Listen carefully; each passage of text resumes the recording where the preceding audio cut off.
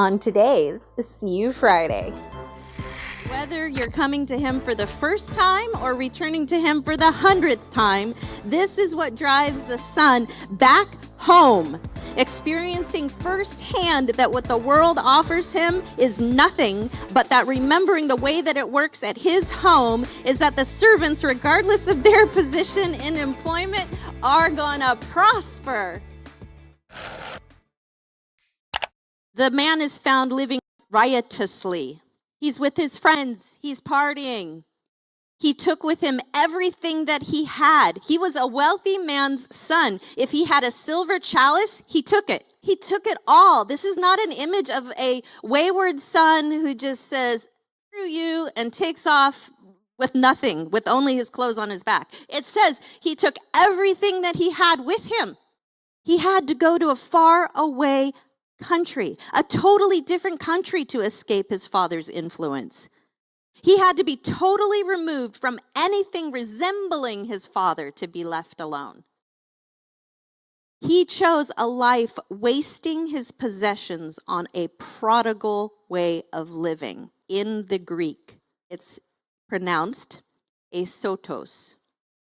When you put when you put the letter A in front of a word, it becomes like anti. This word is actually A plus sozos. This man in this term of prodigal living is living a sozos life, a life without safety, a life without revelation, a life without sozos. So here at Jubilee Bridge, we practice sozo fit, right? We practice a life of well-being. He is intentionally choosing to live a life without well-being. He's walked away from the well-being of his father, and that is what it means to live prodigally. Verse 14, but when he had spent all, there arose a severe famine in that land, and he began to be in want. Two factors had to occur, catch this, in order for the son to become in want. Number one, he had to spend it all, trade it all in, sell it all, everything that he brought with him. That cup that he brought, gone. Those hair products he brought, gone. Those clothes that he brought, gone. And this could have taken him years and years to go through all of the things that he had brought with him. But even that wasn't enough to return to his father's house, because it says that there had to become a famine on the land. There had to become an entire economic upheaval. Whatever business he may have started, whatever job that he had, whatever income he could have possibly generated, he was a smart guy raised in the father's house. He was shown how to live. He is a matured man. The economy itself had to crumble before he would come to his bottom, before he would come to the end and be found in want. Our God is so benevolent. He is so gracious. He is so outstanding and wonderful, and he is constantly providing for us ways to remain safe, to remain fed, to remain supplied, that we will become numb to our bottom if we're not careful.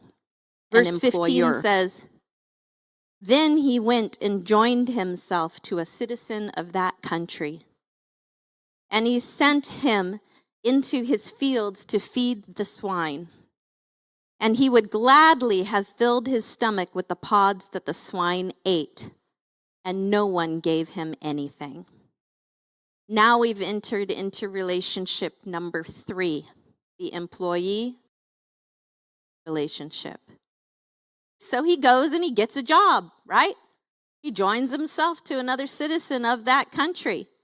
That man sends him into the fields to feed the swine. That's his job. Imagine being this man, having been raised with the father. He sees how his father deals with his servants. He knows he treats his servants well. And so he's got a picture in his mind of the way that the kingdom works. The way that the kingdom works is you work and you eat. But what he finds in verse 16 is that no one gives him anything. So the son becomes quickly disappointed in the Babylonian or world's way of doing things, which is what rules? What rule? What is this rules thing that you're talking about? Here in this opposing country, no one gives him anything, not even pay as an employee. In the son's eyes, he's expecting to live blessed and worldly. He wants to live in the world, but in a world that lets you do whatever you want, however you want to do it, under kingdom principles. And so in this world, if you work, you eat. In his world, if you work, you eat. In this world, all bets are off. Because being in the world equates to being in sin. And in sin, we are slaves to sin. And as a slave, you are guaranteed nothing. You are guaranteed no thing.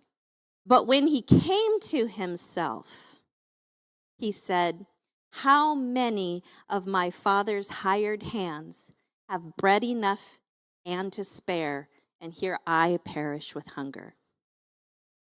The final straw which leads the man to come to himself is the violation of a kingdom principle. This man, this son, didn't know much about his relationship with the father, but he did understand one thing. He understood that in the kingdom of his father, when you work, you eat, and in all labor there is profit. I love the second part of this when he comes to that revelation and he says, how many of my father's hired hands have bread enough and to spare? Because it is the goodness of God which leads man to repentance. God's unfailing love and his promise of reward in Hebrews 11:6 says that whether you're coming to him for the first time or returning to him for the 100th time, this is what drives the son back home, experiencing firsthand that what the world offers him is nothing, but that remembering the way that it works at his home is that the servants, regardless of their position in employment, are going to prosper. It is the goodness of God which leads men unto repentance. He remembered the way that the Father treated his hired hands. He remembered goodness. It's the goodness of God which leads men into repentance. It's the goodness of the Father which leads the prodigal son back from living a life without safety to desiring desperately the safety of his Father's house.